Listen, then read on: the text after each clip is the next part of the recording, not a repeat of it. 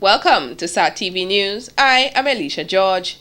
In our top stories, Nature Island 2.0 kicks off to an exhilarating start.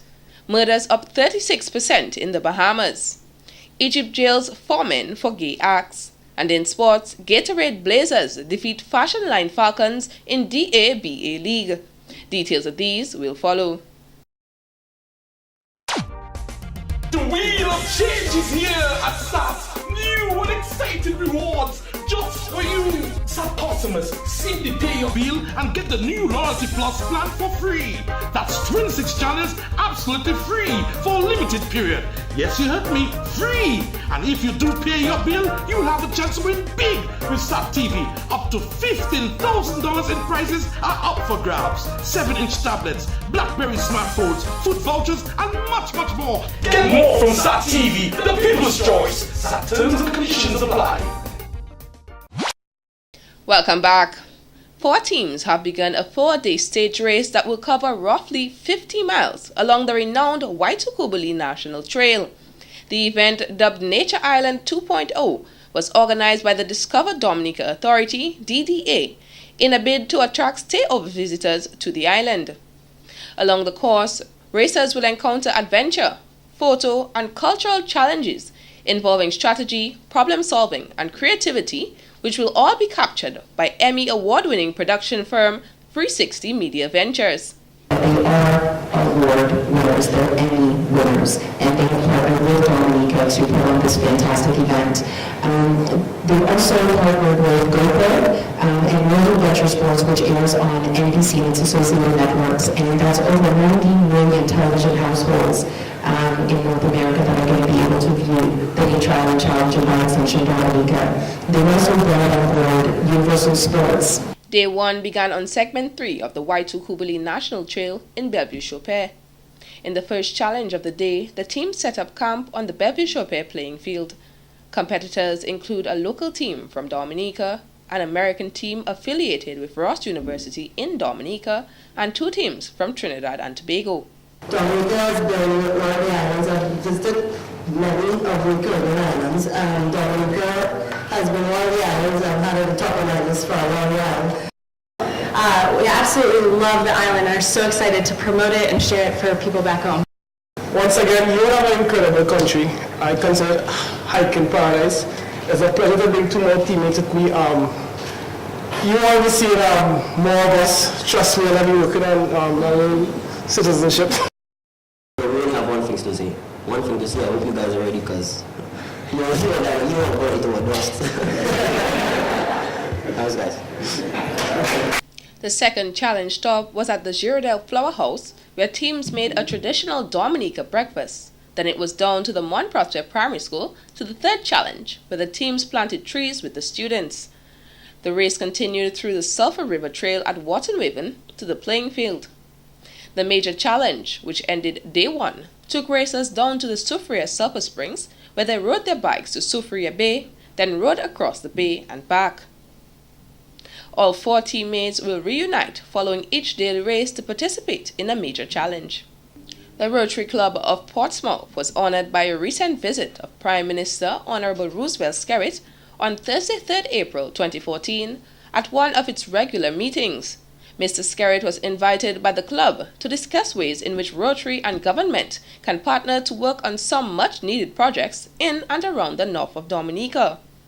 The Prime Minister congratulated the club on the numerous projects that are both ongoing and completed, with special mention of the beautification project, Keep Dominica Beautiful, while stating his intention to purchase some of the signs for his own constituency. He also informed the group of his particular interest in the sanitation project in Calibishi and committed the government's support by providing the materials needed, which will cost approximately $260, with Rotary Club of Portsmouth providing the labor for the project. This commitment from the government will help facilitate the club's request for funding from Rotary International. The Prime Minister also requested that the Rotary Club of Portsmouth look into projects especially important to him, such as early childhood development and mentoring. This would include teaching basic reading and writing skills and mentoring with children who need additional tutoring, such as remedial reading, and supply teaching and learning materials for the schools. The club was also advised to focus on public relations and communication to help raise public consciousness in care for the elderly, drug trafficking, and drug prevention, and chronic non-communicable diseases. The 8th Annual Regional Proceeds of Crime Conference, funded by the UK Department for International Development, DFID, is scheduled to take place in Dominica from April 9th through 10th. Law enforcement and legal practitioners from the Commonwealth Caribbean region will meet here as the United Kingdom seeks to pool their experience and knowledge to identify the best ways to use proceeds of crime legislation. Organized and hosted by Dominica's Financial Intelligence Unit, this year's conference has 52 attendees from 18 jurisdictions sharing good practice and promoting regional connectivity and cooperation in taking the profit out of crime. Taking money and assets away from criminals will provide the opportunity for this money to be reinvested in the criminal justice system, will help and support those most affected by crime, and provide facilities for young people. This conference is part of DFID Caribbean Criminal Assets Recovery Program, CARP, covering the 7 independent countries of the Eastern Caribbean, along with Belize, Guyana, Jamaica, and Montserrat. The main purpose of CARP is to help build the capacity and capability of law enforcement agencies, financial intelligence units, public prosecutors, the magistracy, and the judiciary by enhancing their efforts in countering serious organized crime, fully utilizing the proceeds of crime, cash seizures, and money laundering legislations, and making financial investigation and asset recovery a key component of all acquisitive crime investigations. To date, countries who have participated in the Caribbean Criminal Assets Recovery Program, excluding Jamaica, have removed EC $8,652,145 and currently have frozen EC $38,774,796 from criminal organizations across the region. Dominica has put together a 9-member National Reparations Committee as the island and the rest of the region seek compensation from former colonial European countries for native genocide, the transatlantic slave trade, and a racialized system of traditional slavery.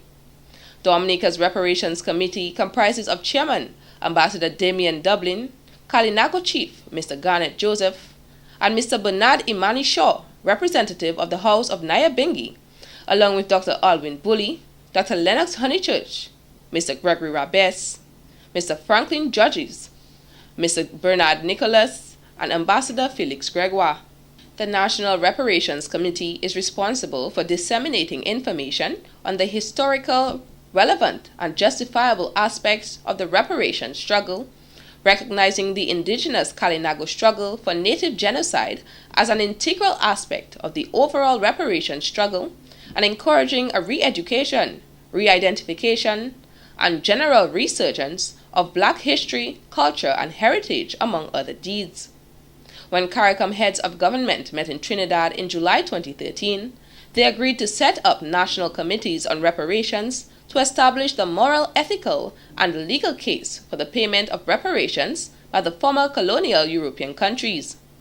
In addition, the heads had agreed to establish a CARICOM Reparations Commission comprising the chair of the national committees and a representative of the University of the West Indies, which would report directly to a prime ministerial subcommittee on reparations. At the 25th intersessional meeting of the Conference of Heads of Government of CARICOM, held in March of 2014, the Regional Reparations Committee presented a draft regional strategic and operational plan for a Caribbean reparatory justice program, which was accepted by the heads of government as a basis for further action. 10 young ladies competed against each other on Sunday, April 6, 2014, as they were engaged in a video advertisement as part of their participation in this year's Dominica's Next Supermodel competition. Each young lady was given a product courtesy of sponsor Jolly's Pharmacy, and they were required to conceptualize a creative advertisement to sell the product.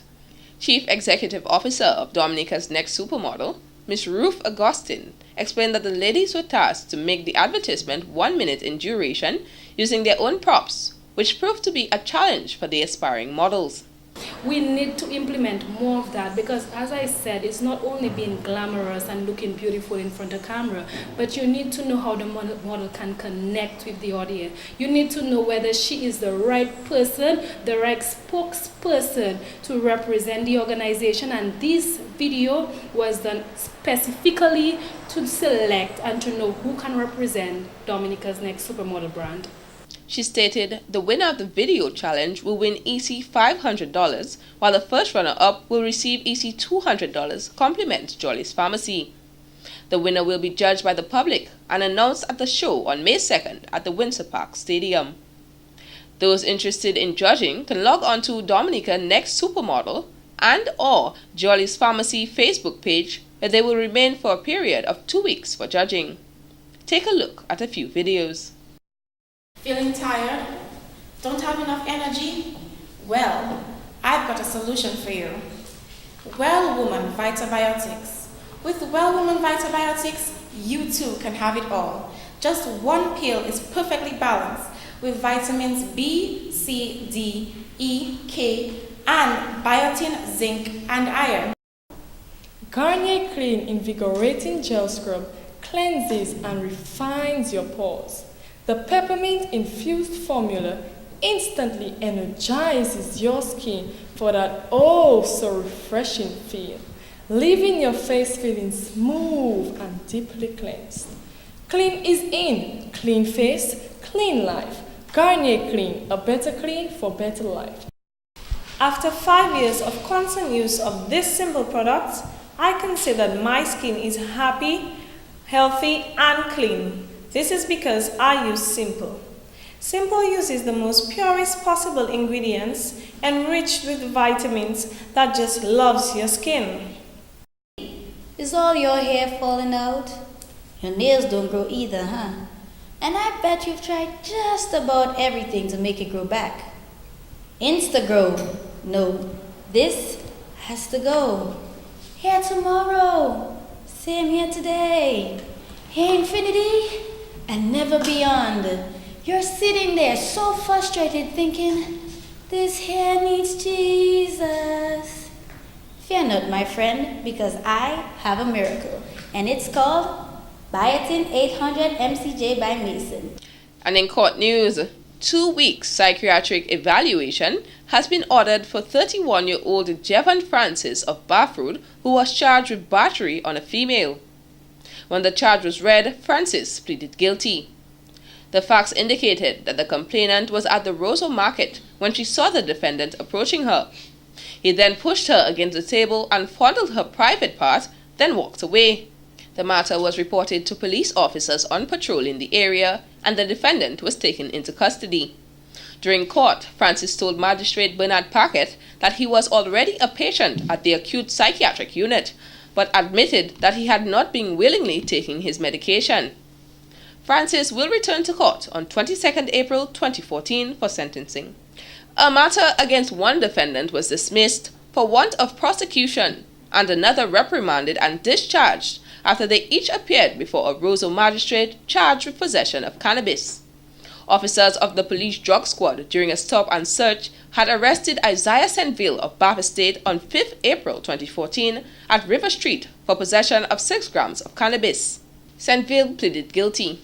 However, the case was dismissed after Magistrate Bernard Paquette heard the facts and said that there was no evidence of reasonable suspicion, and therefore concluded that Senville was a victim of an unlawful search. Senville was then reprimanded and discharged. Meanwhile, Kelsey Guy of Goodwill walked out of court smiling after the magistrate scolded the prosecution, accusing them of gross misconduct. Guy too was arrested on 5th April 2014 on the Goodwill Link Road and charged with possession of cannabis and pleaded guilty. Before the facts were presented to Magistrate Paquette, one of the prosecutors, Corporal Andrew, added details to the facts to indicate that there was reasonable suspicion to search the defendants. This is gross misconduct, the magistrate scolded. You cannot add details to the facts to suit the occasion at last minute. He then asked that the charge be reread to the defendant and directed him to plead not guilty. This has been the local segment of the news. Coming up next, regional highlights.